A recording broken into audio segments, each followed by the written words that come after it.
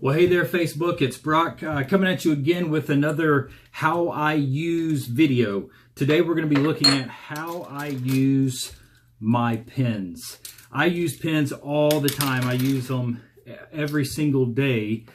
Being in ministry, I'm always writing things down with sermon notes, starting an outline for sermon notes. I'll use pens a lot of times. I write in my Bibles all the time. I write things down during meetings, for various talks that I give. I'm always using, always using pens, writing things down all the time.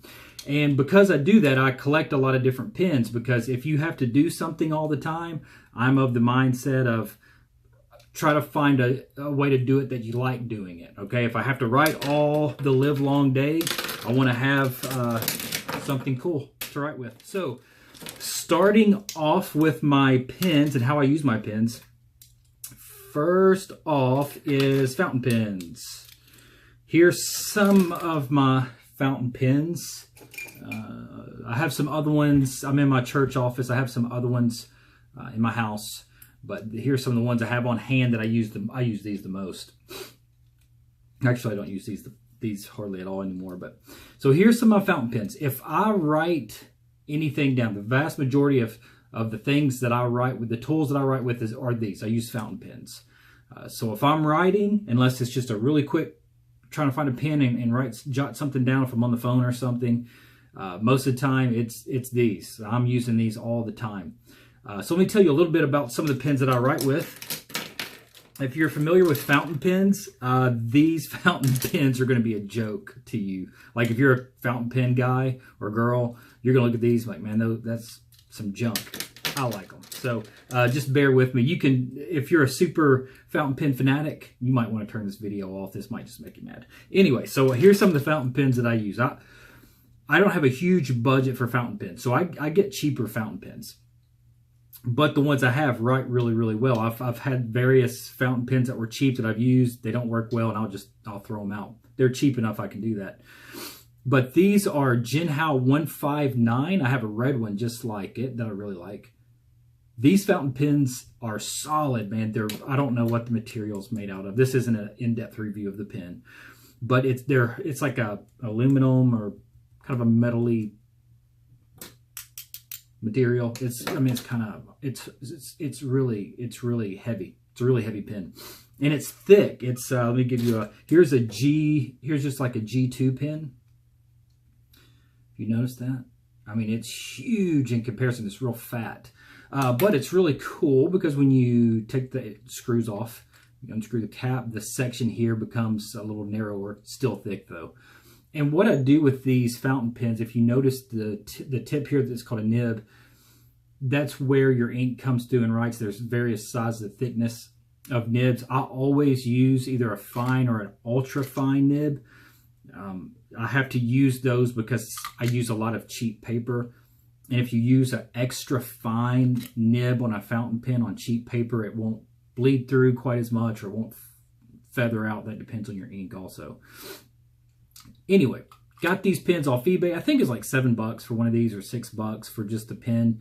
And so I purchased the pen, and then I went to Goulet Pens and I purchased a nib. The nib was more expensive than the pen itself. And so I took the nib that comes with this off, and I put this Goulet Pens nib on there, and you got this little converter. This twists, and what you do is you'd want to buy some ink, and you take this. This is Noodlers. Got it again from Goulet Pens. Shout out to those guys. Take the top off this. You put this nib down in there, and then you twist this, and it pulls the ink up in here. Holds quite a bit of ink. Lasts for a good bit of time. Your hands will get messy if you see the ink on my fingers. This happens with fountain pens. If you don't like messy pens or whatever, fountain pens aren't going to be for you.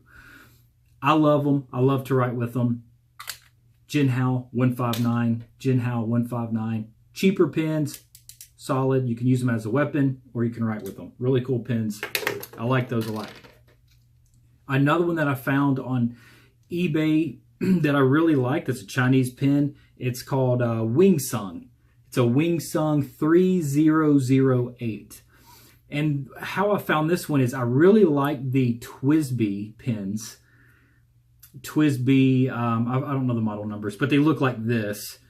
And they have this, you unscrew this, and you would, you dip this again down in the ink. And this one, you just twist this knob right here. And it's got this big system here that, a big, whatever, spot to hold your ink. So you hold a lot of ink in these things. You just twist that and it sucks it all up. And so it holds a lot of ink and it looks really cool in my opinion. I got red ink in this one. I use this one. I write with this one a ton. It has a fine nib on it. And this nib works great for what I use it for. It's smooth. It writes really well. So I didn't have to replace the nib.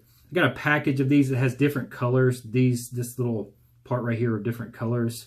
Blue and pink and something else, blue, some other color. Anyway, so I use this one all the time in addition to using these Jinhaos.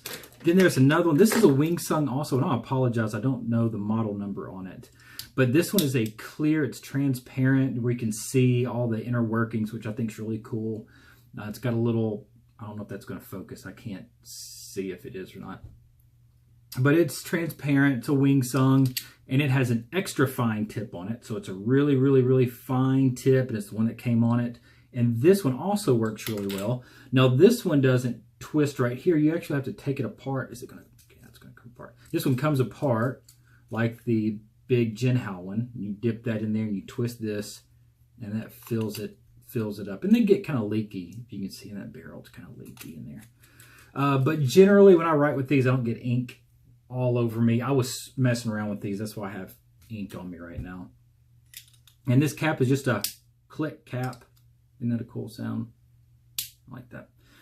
That one just clips on there, unlike the other ones that screw on and off. So screw on and off. Those are neat. And I haven't been using these really at all. These are the first ones I got into the fountain pen world with. These are Metropolitans. Pilot Metropolitans. These are good. These are the most expensive of the fountain pens, but I don't use them. Again, really solid material. I love the shape of it. It's really cool. Clip, it just snaps on and off. And I have an extra fine and a fine nib. And these you can use with a cartridge. You can buy little cartridges. You twist it. It's got this little cartridge deal that you buy. You clip in there. Or you can do what I like to do is I'll get the converters. It comes with a converter. This one, you have this little converter on there and you dip that down in your ink. Okay, you dip that down in there and then you squeeze this. You squeeze it, squeeze it, squeeze it, and it fills up with ink. I don't like this. That's probably why I don't use these, now that I think about it. I don't like this. I don't like the filling mechanism. But anyway, that's Pilot Metropolitan. People love these pens. They're great, great fountain pens. Good to slip in your pocket, you know. I carry all these really in my pocket. I'm not afraid of any of them. They've never leaked on me. Okay, so what's one of the cool things about fountain pens is the inks. So all the inks I have, I've gotten from Goulet pens, and they're all dusty, but they are all Noodler's ink. So the first one I got was this one. It's no feathering. So when you write on paper, as you're writing on paper, the ink doesn't spread out. So a little bitty thin line comes out to be a real big, thick, feathery mess because you have cheap paper. Well, this kind of helps eliminate that problem. I don't use this really anymore, and the reason why is the ink, I notice, because it doesn't feather, it stays on the page. It just kind of sits there on the page and it smears really bad. So a lot of the notebooks that I write in are like these little moleskins. I'll do a video on these at another time on journals and things like that. But I'll write in these, and when I write in these and I'm teaching someplace, I'll have my finger in here, right? I'll have my finger, thumb, will touch, turn the pages. And what I noticed is with that ink, it would smear. I would smear words all over the place with that ink. It didn't do well. So I don't really use that so much. I have this one. It's a blue-black ink that I use. This one all the time, this Navajo turquoise, I use all of the time. And I use this Noodlers. It's a red ink. Love those. Those are the inks. Those are the fountain pens. Then these here, gel pen inks. If I'm in a hurry, like I was just saying, if I'm writing a note or something, pick this up.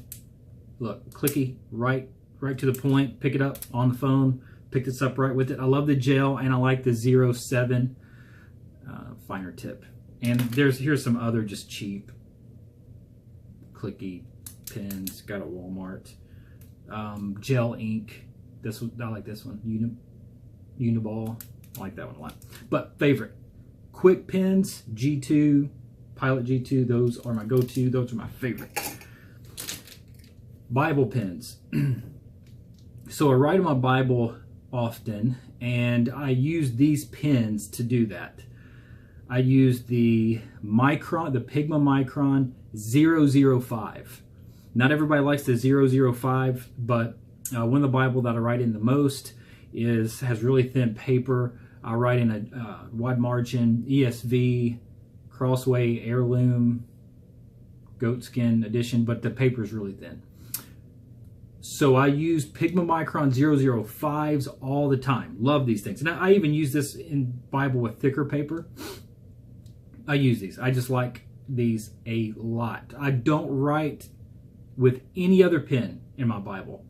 Just these. I am faithful to always use these. Thinner paper, if your paper is really, really thin, 005 in the red color, I noticed that the red color does not show through as much. None of these bleed through, but you're always going to get some kind of show through on the back side of the paper of your Bible. So this eliminates show through, and it eliminates ghosting.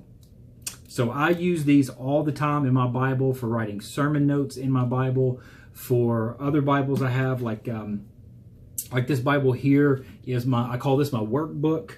I use this Bible as I'm going through notes, and I'll just scribble and make a mess out of that one a lot as I'm processing ideas. Pigma Micron. Last thing I'm going to show you, last writing implement I use is the ZBrite highlighter. This is the only highlighter I use.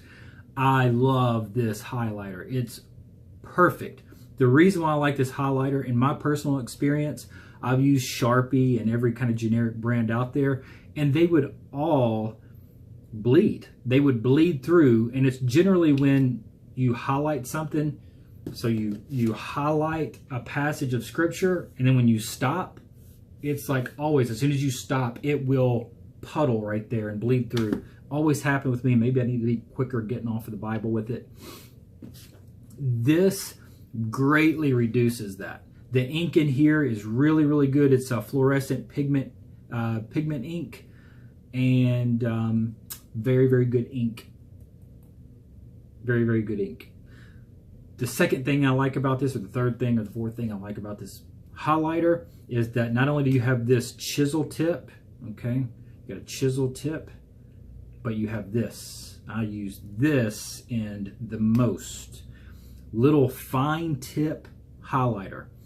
I find that whenever I highlight in my main preaching Bible, when I highlight passages with this tip, I don't even see show through.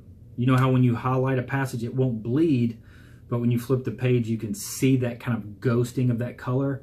I don't see that. Even in my really thin Bible pages, I don't see any of that with this tip.